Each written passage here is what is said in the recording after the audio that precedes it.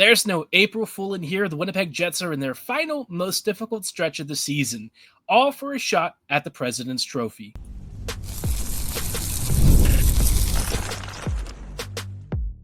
You're Locked On the Hockey Jets, your daily podcast on the Winnipeg Jets, part of the Locked On Podcast Network, your team every day. Hey friends, and welcome to tonight's episode of Locked On Winnipeg Jets, part of the Locked On Podcast Network, your team every day. I'm your host, Harrison Lee, an avid Winnipeg Jets fan and an online blogger. You can follow me on Twitter at HLivingLoco and at LO_Winnipeg Jets. Thanks for making Locked On Jets your first listen of the day every day. If you like what you're hearing, be sure to like, follow, and subscribe on all of your favorite podcasting platforms and YouTube. Doing so, of course, is always free of charge and ensures you never miss another episode. Most of all, though, we just love and appreciate your support.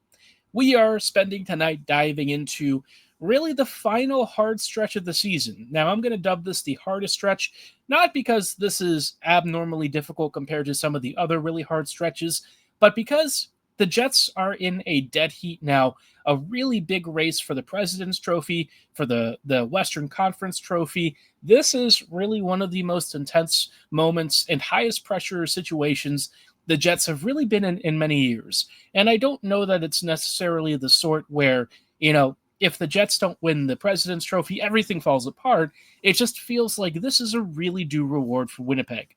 All the hard work that they've done, a President's Trophy, a banner that gets to hang up at Canada Life Center would be unbelievably sick. But of course, to do that, they're going to have to go through one of the last really hard stretches before the end of the season. And it starts off in LA. We're going to chat about the game against the Kings. That'll be later this evening, 10:30 p.m. my time, 9:30 for all of you. So hopefully you get your coffee ready because it's going to be a late night. But before we dive into that game, just wanted to let you know that today's episode is brought to you by Game Time. Download the Game Time app, create an account, and be sure to use promo code LOCKEDONNHL for $20 off your first purchase. Now, like I said, tonight's game is going to be a tough one. The Jets are on the road, and the first of this really challenging, for the most part, road trip is going to come against a team that's actually having a little bit of an interesting run recently. They're 7-3-0, and it's the LA Kings, right? The Kings in their last 10 games have been a little bit up and down. I think the overall form looks good, but if you actually look at their individual game scores, some of those losses are probably not comforting if you're an LA fan. But that's sort of how the Kings have been this year, right? LA is one of those teams that I think is very good at what they do, but there are limits to how far they can take it. LA has traditionally been a very stingy team. We saw earlier this year the Kings really frustrate the Jets when, they basically clogged up the neutral zone. They really didn't give the Jets any room to breathe, and so it was a very frustrating game. Now, the Kings' past couple of games have actually dropped a few results. They got beaten up by the Avs 4-0, then lost 3-1 to the Leafs, and spent last night absolutely kicking the snot out of the Sharks, but you look at some of their other wins. Yeah, they did kind of embarrass the Bruins. They did beat the Rangers and had a really, really massive win against the Canes. But you also sandwich those with like a 1-0 win against the Preds, a 3-1 loss to Minnesota. They've had some other quality wins. I mean, they did shut out the Caps a couple weeks ago, but I just think that there's a lot of up and down performances with this team. And when you look at their lineup, it starts to make at least a little bit of sense. Up front, they've got Kuzmenko, Kopitar, and Kempe, then Fiala, Byfield, and Malott. Yes, that is Jeff Malott, of course, our old friend. Foegele, Deneau, and Moore on the third line. Lewis, Helenius, and Muvarara on the fourth. This is an interesting unit because it's basically 11 forwards and 7D. Then you've got Anderson and Doughty as the first pairing, Gavrikov and Spence on the second, and Edmondson and Clark on the third. And then Muvarara, I assume, is somewhere in this unit. Don't quite know how the Kings have arranged it so far. But, LA is not exactly the highest scoring team ever. But recently they've been able to put a few by opponents. Kempe has had a really strong season. Moore has also provided some really good depth scoring. Byfield, I think, has taken a noticeable step forward, but outside of that, you've got some of your standbys like Kopitar. I think Foegele has fit in quite well. Kuzmenko's been solid.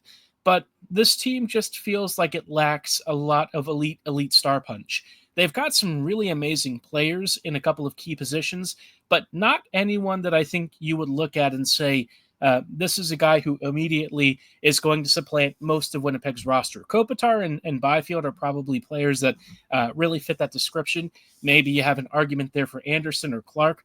But outside of that, this team, I think in a lot of ways actually does remind me a bit of the Jets, where they kind of have to win by committee. This is not a Kings team that's going to pull off this incredibly highly skilled game. They're going to have to grind and frustrate. And so in some ways, I actually think the way the Jets are playing right now matches up pretty well against how this Kings team has been. Winnipeg, the last 3 to 4 games, has been defensively very stingy. I think the Jets have started to really tighten the screws on the way that they defend as a whole unit. And it's going to be the kind of game where I think LA is actually going to have a really hard time creating offense. Now, it does seem like Hellebuck is probably going to get the nod for this game. Eric Comrie, I believe his wife is still expecting last I saw. So congrats to the Comries. That does mean that Helly is going to have the net for a little bit longer. I do think that there was a plan to probably rest him somewhere over the next couple of days. I don't know about this specific trip necessarily. This is a really high intensity, very challenging road stretch, and the Jets, quite frankly, need to get every single point that they can.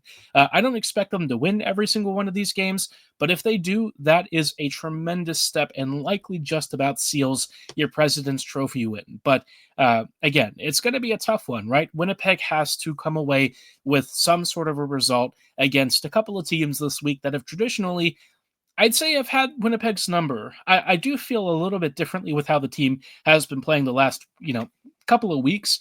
I feel better about this road stretch.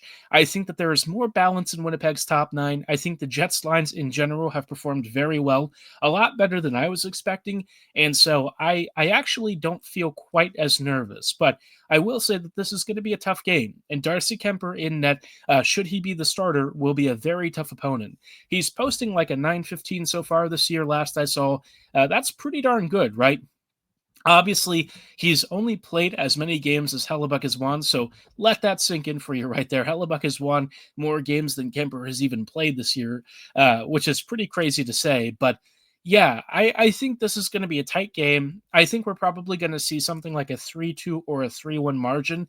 I will say that I think the Jets come away with this one, but it's going to be very difficult, and I wouldn't be surprised if it goes to OT. I just think the Kings are going to be stingy. I think the Jets are going to be stingy, and you know how that Caps game was a couple of weeks ago? I think it's going to be something similar to this, where both teams, or I guess it's last week, it does feel a little bit longer now, but these teams are going to be, very close. I think they're going to keep things very tight. I don't know that there's going to be a blowout moment, but if there is, I personally would favor the Jets. I think Winnipeg has been doing a more consistent job against, pretty good opponents recently. And so I just feel like this is a really big game for the Jets to come in on the road and show off their stuff. I think Winnipeg is playing with really good house money right now. If they drop this result, not the world's biggest deal. It will be a little bit unfortunate just because right now, as I'm recording this the day before, Dallas is currently beating Seattle. So, that wouldn't be the most comfortable position to be in. I think the Jets need at least a point out of this game if they can help it. Dallas is still breathing down our necks. I mean, they are going to still be, even with a win, 4 points back, but there's just no real rest in the Central Division. This division is just insane, right? The Central has more quality in this top 3 than like the entire Pacific Division, or not just the Pacific Division, but the Atlantic Division on the eastern side. This Central is genuinely one of the most insane Central Division runs we've ever seen. All 5 available playoff spots to the Central Division are taken up by Central teams, including both wild cards. So that just really tells you how good this division is and how impressive Winnipeg's results are. But the road stretch only gets more challenging after this Kings game. Up next, the Jets are going to have to take on one of their big haunts, and it gets a little bit more interesting after that because we are also going to see some division rivals. We'll chat about that in just a brief moment, but before we do, did want to let you know about our friends and partners at Monarch Money. Have you ever checked your bank account and asked, where the heck did all my money go? Between dining out, online shopping, and entertainment, it's easy to lose track, and we all know that with inflation and everything, stuff is just a lot more expensive these days. That's where Monarch Money comes in, your personal CFO giving you full visibility and control over your finances. Monarch Money isn't just a budgeting app, it's a complete financial command center. You can track all your accounts, investments, and spending in one place so you don't have to just manage your money, you can actually start building your wealth. It offers you surprising insights like, how many subscription services you might be using and ways to cut down on maybe that extra bit of food delivery fee that you didn't realize you were even paying for. We all know the surprise fees and stuff and how much all of that adds up very quickly gets to be a little bit overwhelming. And with Monarch Money, it's all in one convenience. You don't have to juggle multiple apps. You get it all in one place, and you can even use it to plan long-term goals. And if you've got a partner/spouse, there's a collaborative feature that allows you to use shared accounts so you'll always be on the same page. Take control of your finances with Monarch Money. Use code LOCKEDONNHL at monarchmoney.com for 50% off your first year. That's monarchmoney.com, code LOCKEDONNHL for half off your first year. Hey friends, and welcome back to this episode of Locked On Winnipeg Jets, part of the Locked On Podcast Network, your team every day. Every day, thank you so much for rejoining us on tonight's episode as we are just continuing on with our discussion of what I would suggest is one of the hardest stretches of Winnipeg's season. I think technically that first stretch that you remember where the Jets played 13 or 14 games on the road with only like one or two home games in between at the start of the season, that was insane, right? This is technically not as difficult, but I feel like the stakes are much higher. Back then, the Jets weren't really worried too much about the playoff seeding just yet. It was very far in the future, but now we are in a very tight race. The Jets are absolutely fighting for really critical seeding. The Jets not only want to win the West, but they're in a really good position to also win the President's Trophy. Those two wins, while they were in overtime against the Capitals, really have given the Jets considerable advantage here. And that advantage, I think, is starting to show now that the Caps have maybe been a little bit leakier the last couple of weeks. But their upcoming schedule for the Jets is tough, right? So the Kings game, going to be a tough one already. But then you get Vegas, arguably the best team in the Pacific. And in my mind, the one other team outside of Colorado that genuinely freaks me out in the West. The Knights are one of those teams that has just absolutely tormented Winnipeg over the years. If there is one squad that I am basically begging, hopefully St. Louis, to take out, it is the Knights, right? And that does mean that the Blues are probably also a very scary team, but I feel like between Vegas and St. Louis, the Jets match up much better against the Blues. That series will be close. I think it's a stylistic match between the Blues and Jets versus the Jets and Knights, which has never gone our way. We've had a couple of wins against this team, but I would say it's very few and far between. Vegas generally just, I don't know, man. They are like Winnipeg's boogeyman. Ever since 2017, 2018, the first year that they were there, they have just been the bane of our fandom. I don't know if there's a single team that pisses me off more than Vegas at this point. Calgary and Edmonton for obvious, more rivalry reasons. But in terms of recent memory and recent pain, between them and Colorado, I honestly give the edge to Vegas in terms of how annoying it is to see them. Now they have a cup win too. On top of all that, they just are such a frustrating team. And man, we're going to have to beat them on the back of a 6-game winning streak that they're currently riding. They have been very good this year. They've scored almost as many goals as the Jets have, but there is one key difference between these two teams, and it's that Vegas is leakier. The goaltending has improved a bit this year, and defensively they're getting a little bit stronger, but overall this team has kind of been, I'd say, starting to see some sign that perhaps the future is maybe not as bright for this team. They are still really, really good, but I think at some point you're going to start running into those classical diminishing returns. I think Vegas has gotten an insane amount of mileage out of this roster, way more than I think anyone could have possibly imagined. Winning a cup in your first couple of seasons really is a tremendous testament to how they've built their squad. And, even with a lot of the sacrifices that they've made along the way, this is still a very dangerous team. And for the present, not one that I would want the Jets to see in the playoffs. Do I think the Jets could beat them? If Hellebuck is perfect, yes, but that's going to be really, really tough.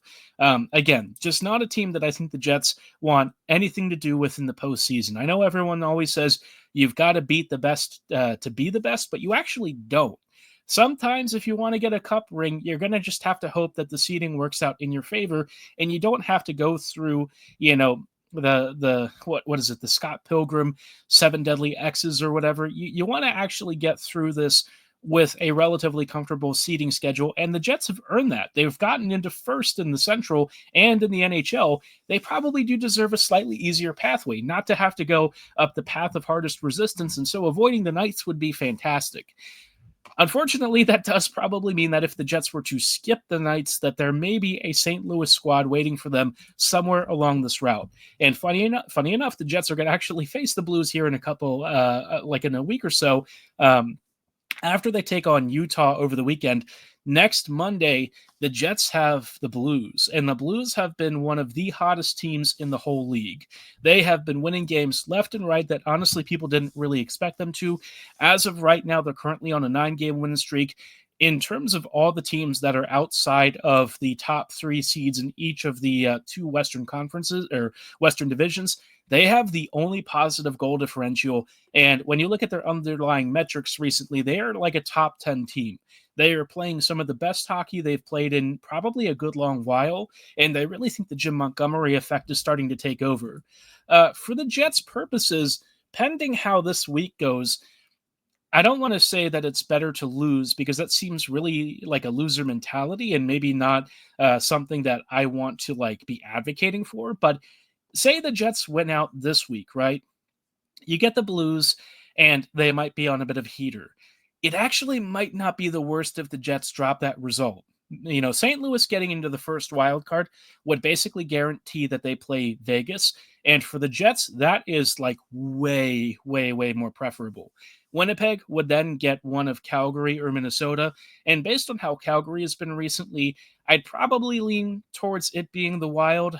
Neither the Flames nor the Wild have exactly been lighting things on fire, pun intended. And with there being a 6-point gap between Minnesota and Calgary, even with 2 games in hand, I just don't think the Flames are likely to jump that.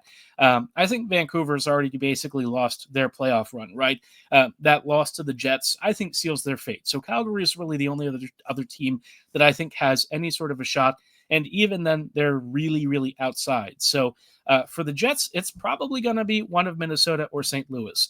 And I am like praying to whatever hockey gods are listening, let it be the Wild. Minnesota is not an easy matchup, but they are a much more manageable team. And without some of their bigger players who are in and out with injuries, that's going to be a much softer matchup than St. Louis, who has been playing like one of the best teams in the league. And again, I know people will say you shouldn't be afraid of either of the teams in the wild card. And in some ways, I would agree, but I always take the longer view, right? The playoffs are a marathon, not a sprint. And so for the Jets, it's really important to try and stay as healthy as possible, use as little energy as you can, because it is up to, it's 16 wins, right? All the way to the cup finals. And to hoist that cup, you got to get 16 wins. And from April till June, that is a brutal stretch. It's going to be really tough hockey. And so if there's any way that you can make that pathway easier for yourself, whether it's against opponents that you can beat in a shorter series or just softer opponents in general, that is absolutely the way you want to go, because then you've got an Eastern Conference team waiting for you in the Cup Finals. And, I just would like the Jets to finally make it. Winnipeg has been overdue for years now. I never really felt like we got the fair shake in what we deserved out of this.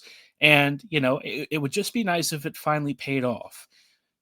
Unfortunately, the Blues may not be the only really tough team the Jets are going to face in the Central trip. Yes, there's a Utah in between, but we're not too worried about Utah. The team that's probably more on the present concern list is Dallas. The Stars have really not played great hockey the last month or two. I know that they've been winning a lot of games, Dallas has been getting obliterated in the shot differentials, though. And yes, they are winning lots of games, and I think that their individual skill is still fantastic. But if this is the way that they're going to be heading into the postseason, they might not be long for that Colorado series. The Avs are one of those teams where they can just absolutely shred you if you're offensively a little bit vulnerable, and that could be a really big mismatch. That said, the Stars have the ability to work themselves out of this if Otter is at the top tier and if Jason Robertson can basically just pull this team up from the ground and keep them going. With the potential additions of guys like Heiskanen and obviously Hintz being back, that's going to be a potentially big thing. If Heiskanen is back by the first round, that's also a really huge boost. This team definitely misses him. He is a critical piece of their offense, and so for the Jets, this road game is really critical, right? This is probably going to be the game that decides the West. If the Jets can pull off the victory, Dallas at that point is probably done. Barring a huge collapse, there's really not much a chance that I think the Stars are going to be able to win the West. So for Winnipeg, they've probably circled this date. This whole 5-game stretch is just a murderer's row of very solid to very good teams. But I do feel like the Jets come away with either a 3-1-1 record or a 4-1-0 record. Just a sneaking suspicion. Winnipeg has sort of defied the odds all year. They've continually proven us in some ways right and in some ways wrong. And when we've been wrong, it's usually for happy reasons. So let's hope that the Jets have one more surprise here heading into what could be an incredible playoff run. But amidst all of that, the Jets might be thinking about some potential reinforcements, and one particular name might actually be available a little sooner than expected. The Jets have some Moose ailments, and one of those guys, Nikita Chibrikov, may be a little bit ahead of schedule. We'll chat about some of these Moose injuries and how it might play into Winnipeg's season in just a brief moment. But before we do, just wanted to let you know about our friends and partners at Wonderful Pistachios. Looking for a snack that's both delicious and nutritious? Crack into a good source of protein with Wonderful Pistachios. Wonderful Pistachios is one of the highest protein nuts. Each 1 ounce serving has 6 grams of protein, giving you over 10% of your daily value. And they're packed with fiber and better for you unsaturated fats to help keep you feeling fuller for longer. I'm one of those people who likes the shelled variety. I like cracking them open. I just think it's better. And, that little bit of tactile feel is like a great little reward when you get the nut inside. The nuts are always well flavored. You can get a lightly salted one. They have a couple of other options. And of course, they always come packed with a complete protein featuring all 9 essential amino acids. They're delicious. All you have to do is grab a pack. It's very convenient for on-the-go snacking, whether you need it for maybe a work time break or you're taking the kids to school and you want something in between, or maybe you're about to head out for a workout and you want a little bit of a protein punch. Wonderful Pistachios is here to help, and you can get snacking and get cracking with a snack that packs a protein punch. Visit wonderfulpistachios.com to learn more and place your order.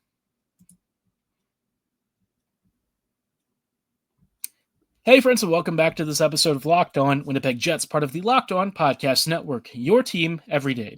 Every day, thank you so much for rejoining us on tonight's episode as we're just wrapping up with some final thoughts on some potential injury news that is positive for the Jets. A legal curve has some updates from Manitoba, and for the Moose, this is obviously a really tough year. Things have gone off the rails in so many ways. Manitoba being one of the worst teams in the AHL was not really on my bingo card. I know that traditionally they've been a pretty strong regular season team, and then they've kind of flamed out in the playoffs. But this year, the regular season just wasn't good to begin with. So Mark Morrison indicated that a couple of guys might actually be on track to return sometime in the near future. Parker Ford is nearing the latter stages of his recovery. There is a chance that maybe in the next couple of weeks he gets one of the last Moose games of the season. I wouldn't really pencil him in for anything beyond that. Ford obviously was a nice little surprise for the bottom 6. I thought he played a really solid game. I would kind of look at him as maybe one of those black ace kind of players, somebody that you have in reserve in case somebody gets really injured in the playoff run for the Jets. But at that point, if you're already going down that far on the depth chart, you probably have bigger issues. So Parker, I think, could be a bigger contributor in future Jet seasons, maybe as the Jets try and cycle out some fourth line contracts. Maybe Winnipeg has to save a little bit of cap space, and they look at a forward. The more intriguing guy for this potential playoff run is Nikita Chibrikov. Now, Chibrikov, I was kind of not expecting to be back this year. His season was technically meant to be ended, but he is ahead of schedule for his recovery. He's been working 5 to 7 hours a day, apparently, and he might actually start skating by the end of April. Now, I don't want to read too much into this. My feeling is that he probably shouldn't be rushed back, and I think for the Jets, Shiberkov would easily slot into the top 9, I feel pretty comfortably, and I think he would actually provide some really nice offensive punch, but Winnipeg probably doesn't have to rely on him right now. I think it would be better for him just to be on the safe side. Bring him in if things are going really south and if he's actually healthy enough to go. But I think that this team, as is probably good enough to get the job done, at least in the earlier rounds. Maybe you think about it in the later rounds if you really need a sea change and something's going terribly wrong. But again, if you are starting to talk about a player like Jibrikov just coming back from rehab as needing to save your playoff run, you've probably got bigger issues. So I wouldn't really read too much into it, but great to hear that he's already back and looking to skate soon in the next couple of weeks. That's great news. Happy for him. He's a player that I think next year out of camp will have a spot with the Jets, and I am very excited about what a potentially full year or full-ish year of Nikita Chibrikov might look for the Jets. The last piece of Moose news is not quite as happy. Chaz Lucius has been sidelined with a medical condition. A while back, I may have mentioned this, or maybe I hadn't, because it was kind of an unconfirmed rumor, but there was a suggestion that Lucius may be mulling retirement. He has some sort of a medical condition that has sidelined him ever since he played like 20-odd games in a row. Then he got sidelined for a while, and he hasn't been playing since. So Chaz has just been through the ringer. I don't really know what his future holds. I've seen a lot of people say that he was a bad pick because, Wyatt Johnston and stuff were taken not long after him. And I really feel like there's some revisionist history here. Yes, Lucius had a couple of injuries or maybe one or two prior to his draft where the Jets picked him. But the reality is Lucius had one of the highest ceilings of any prospect the Jets have ever drafted. He really had the potential to be a future Kyle Connor-like player. So if you can draft that and if it works out, it's worth taking the gamble. He wasn't taken with a top 5 pick. When you're drafting deeper in the first, there are risks with it. And I still think Lucius was a good choice. Hindsight's 2020. We couldn't have anticipated everything that did happen to him. And I still hold at least a little bit of hope that if he does stick around and stick with it, at some point, maybe he'll finally get his full-time NHL ride somewhere. But if not, I think the most important thing above all else is that he takes care of himself and his health. So really wishing him a speedy recovery. It's really unfortunate that this is, just not really been the situation for him that I think any of us ever wanted to see him in. I'm sure that he feels frustrated and disappointed. He really was starting to finally settle into a rhythm here with the Moose. And so just another setback feels really crushing. But hopefully, Morrison was saying he hopes he gets through this and that he's willing to come back and be a contributor. So, yeah, just a really tough situation. It happens every once in a while. We all do remember Luke Green being sidelined by some really serious shoulder injuries. Green could have been a pretty solid top 4D for the Jets, and unfortunately, it just never worked out. So, wishing Chaz a speedy recovery, and perhaps one day he can fly high with Winnipeg. But for tonight's episode, that is going to be all the time that we have. I'd be curious to know if you think any of these guys might be coming back for the Jets here in the postseason run. For my money, I'm saying no. Maybe you feel differently. Drop your thoughts in comments below or at my social medias at HLLivingLoco and at LO_Winnipeg Jets. Tomorrow, of course, a recap of Winnipeg versus LA. Hoping for a big, big victory. We need this win, especially because that game against Vegas may not be as favorable. So give me your score predictions. And again, as always, thanks for listening. Have a great night. And as always, go Jets go.